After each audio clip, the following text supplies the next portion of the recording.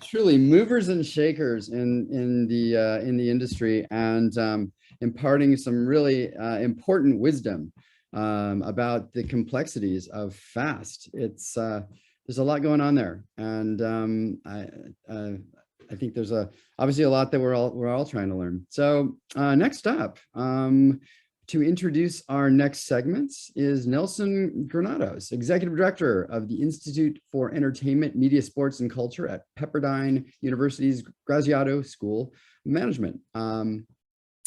Nelson, welcome, and thank you to Pepperdine for presenting the research roundup. It's one of our very favorites. Thanks so much, Eric.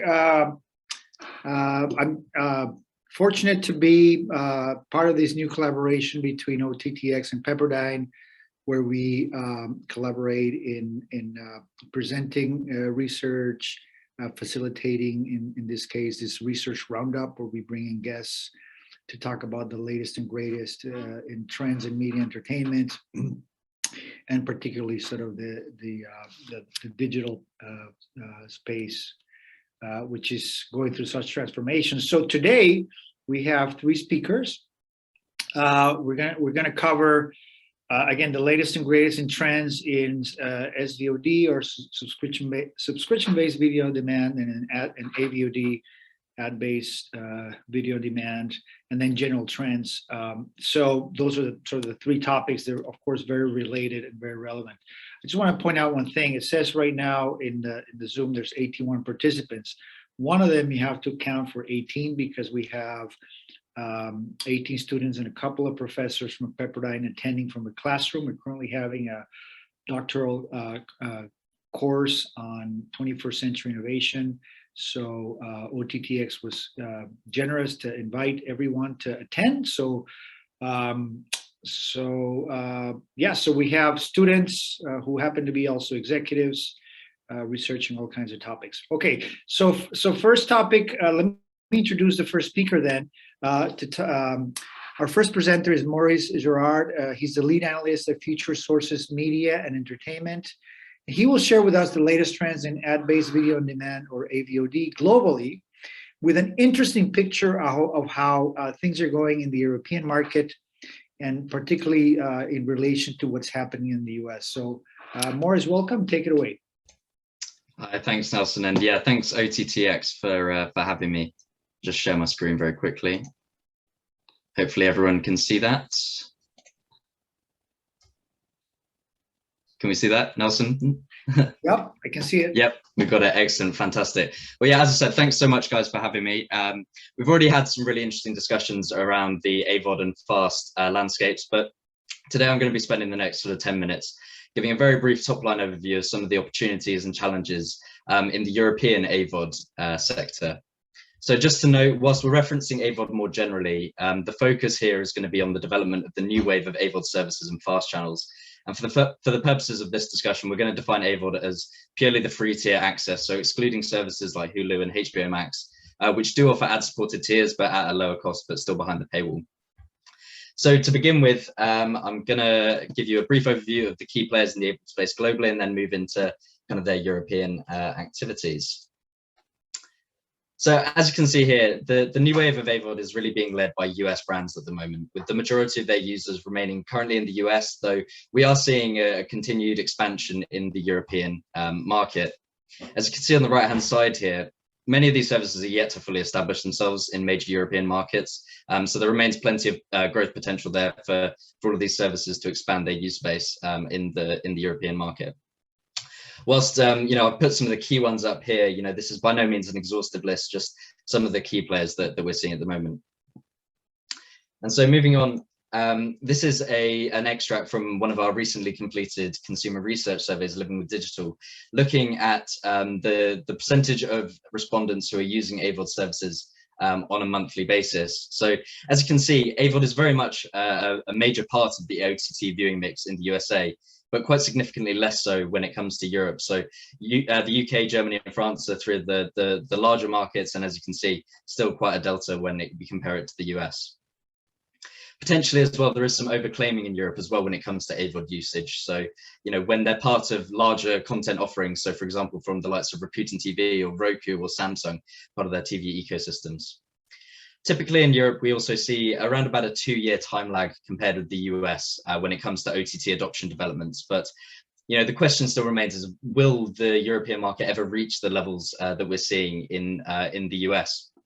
Particularly as Europe has a very fragmented landscape, and there's a very strong landscape for local broadcasters and their OTT offerings. So just to highlight that kind of fragmentation, the US OTT market is very highly fragmented, but so too is Europe, though in different ways, largely due to the legacy of local broadcasters I mentioned.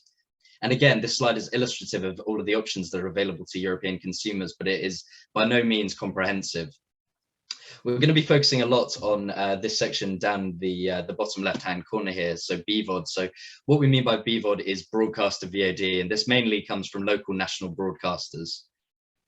And again, the European market is very fragmented, not only due to this kind of legacy, but also just national differences in TV infrastructure and the TV viewing cultures of different countries within the market. But many do see, alternatives such as BVOD as important complements to SVOD. So, looking at myself personally, not only do I use Netflix and Amazon Prime and Disney Plus, but I'll also often go to BBC iPlayer or ITV Hub or all four as kind of a second port of call if I'm, either searching for content or looking for specific titles. So looking at BVOD again, this is another extract from our consumer survey. You can see that BVOD is a very well established part of the overall video viewing mix in Europe and complements both SVOD and linear viewing. As I said, it's a mix of public broadcasters, so often funded through things like the TV license fee. Often those national broadcasters will not have ads alongside them, but there's also commercial broadcasters in there as well who typically will use ads. And it's typically a mix of on-demand services, catch-up, linear streaming, though we are seeing increasingly that some services are including features such as live restart. The BBC iPlayer, for example, is pioneering UHD content, which is not available at broadcast. And we're also seeing commercial services investing significantly in the addressable TV market in recent years, BVOD playing a really key role in enabling this increased advertisement effectiveness. As you can see here in the UK, usage is up around the 80% mark for BVOD compared with the 30% that we mentioned for AVOD. So yeah, some serious ground for AVOD to make up. So looking at some of the key challenges for AVOD in Europe, I think that BVOD element is kind of the key barrier. These broadcasters have very strong and extensive local content offerings with very relevant and relatable stories for people in their individual markets. And additionally, there's no need for dubbing and subbing of content in those content libraries. Additionally, as I mentioned, the fragmentation element. So the staggered rollout of services in Europe, there's around 30 countries that you would need for full coverage. So that'll mean that strategies need to adapt to individual country challenges. And additionally, we're seeing that in individual countries, there are services popping up as well to kind of service that AVOD demand. So Netzkino being a key example in Germany, Molotov being a key example in France. And linked to this as well is localization of content distribution, but also ad buying as well. And those are two major hurdles for AVOD to overcome. Distribution deals will most likely have to be done on a country-by-country basis, as will ad buying, to ensure that ads are relevant to consumers as well as in the native language for those consumers as well. And additionally, we're talking about fairly small scale when it comes to ad buying here as well in certain markets. So yeah, a challenge to overcome for sure.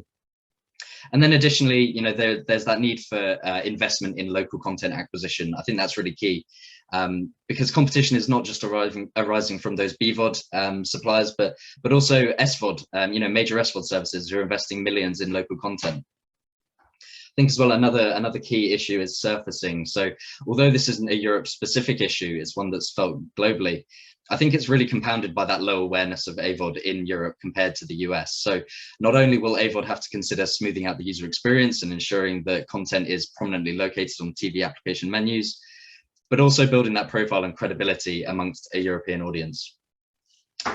But it's not all doom and gloom. There are certainly opportunities as well. So, just looking at the addressable market, we can see here that in terms of the installed base of smart TVs, The US is fairly similar to Europe in terms of scale. So USA, 225 million installed TVs, whereas Europe has 223.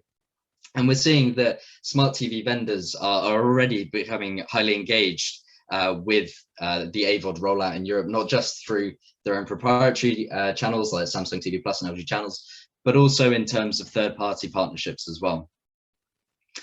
Much like the US, AVOD, will be attractive in European countries for a range of reasons. People will respond to having something for free. Additionally, familiar EPG layouts, as well as familiar content, with many wanting to just kind of sit back and be served content from familiar content portfolios rather than having to search relentlessly through SVOD menus. In addition, consumers are generally more price sensitive when it comes to accessing content in Europe versus the US. So if we look at the number of SVOD service subscriptions per SVOD household, for example, in the US, it's around about 4 per SVOD household, whereas in Europe, it's between the kind of 2 to 3 mark, with the UK skewing towards the upper end of that, but even affluent markets like Germany skewing towards, closer to 2. Additionally, there's a very lucrative potential market for hybrid models as well. So upselling to paid tiers with features such as ad-free or higher resolutions. And we're already seeing BVOD start to employ some of these strategies already. Additionally, if we look further afield, so not just kind of purely at Europe, but looking at the likes of Russia and China, we see that some of the most successful SVODs in those markets actually started out as AVOD platforms. I think as well, there's a balance to be struck here between quantity and quality. So I think partnerships with local content rights holders will be really crucial to improving this quality. Something that we found in our recent survey is that when respondents were asked to rate the quality of content on AVOD platforms in the US, it was around about the 7 mark, ranging from 6.5 to 7.5, whereas in Europe it was closer to 6. So still some ground to make up, but certainly achievable. In addition, I think as well, differentiating from other TV and OTT platforms is crucial. So trying to find a content niche, but also investing in original content as well as local content acquisitions will be key to attracting consumers to the platforms. So we've touched upon the smart TV vendors. So what we're seeing is that not only are they operating their own channels, but as I said, partnering with third parties as well. And they're doing this as a means to diversify revenue streams. So not only benefiting from the initial hardware purchase, but also the regular injections of cash coming from advertising. So using their own and partner services as a vehicle for this revenue generation. And I think Roku is a really great example of this in the US, of a hardware company transitioning into more of a kind of hybrid content company in a way, and quite successfully as well in terms of ad revenues that they've been able to generate. Just to highlight some of the initiatives that we're already seeing taking place in the AVOD market in Europe is some really crucial local content rights holders partnerships, as we said, with the likes of the BBC and some of the local companies in France and Spain, for example, but also with TV and set-top box vendors, so the likes of Sky in the UK and Samsung, as we've already touched upon. And also, I was listening to a webinar the other day where someone from Pluto was saying that, in all of the markets that they're rolling out in, they're hiring dedicated, employees to go and search out for local content acquisitions to make the content available on the platform as attractive to consumers and to really increase that engagement. And so I think we're getting towards the end of my time, unfortunately, but just to leave you with some final thoughts. I think the outlook for AVOD in Europe is cautiously optimistic. Over time, I believe that awareness will increase, and alongside that uptake will trend upwards as well. And potentially there will be a bit of a snowball effect as well, with that local content arriving and word of mouth spreading and helping awareness to increase and engagement to follow. Though I think it is important that we recognize that there will be a significant lag behind the US. AVOD can certainly complement and enhance the current European video landscape, though there will be challenges along the way that will slow the progress relative to the US, especially, as I mentioned, overcoming the obstacles of the scale of ad buying and the localization issues that has with scale as well. But finally, there is a vast number of consumers in Europe that haven't yet heard of AVOD. So plenty of headroom for growth, and that localization aspect, I think, is really the key to achieving this, alongside existing rollout strategies to increase engagement. And additionally, it could also very well become a kind of go-to distribution method for local broadcast channels in the future, pivoting from, perhaps the long tail of linear cable to more of an AVOD or fast kind of distribution channel. And potentially that's through partnerships, or potentially, as we've touched upon, that's launching proprietary solutions in their home markets. So overall, I think that these factors will help, and I think there is a position for AVOD to cement itself within the European video landscape long term. So yeah, I think we've unfortunately run out of time, and I don't think we'll have time for a Q&A, unfortunately. But yeah, thank you guys for your time, and I hope you found it informative. And if you do have any questions or thoughts, then do please feel free to drop me an email or connect with me on LinkedIn, and I'll be more than happy to follow up. But yeah, thank you OTT.X for having me, and yeah, looking forward to the next two panelists. Great, thanks so much, Maurice. Great, so that gives us a picture of the ad-based video on demand market in Europe relative to the US. Next, let's talk about subscription-based video demand, or SVOD trends, and we'll give it up for John Buffone. He's Executive Director and Analyst at NPD Group's Connected Intelligence Practice. He has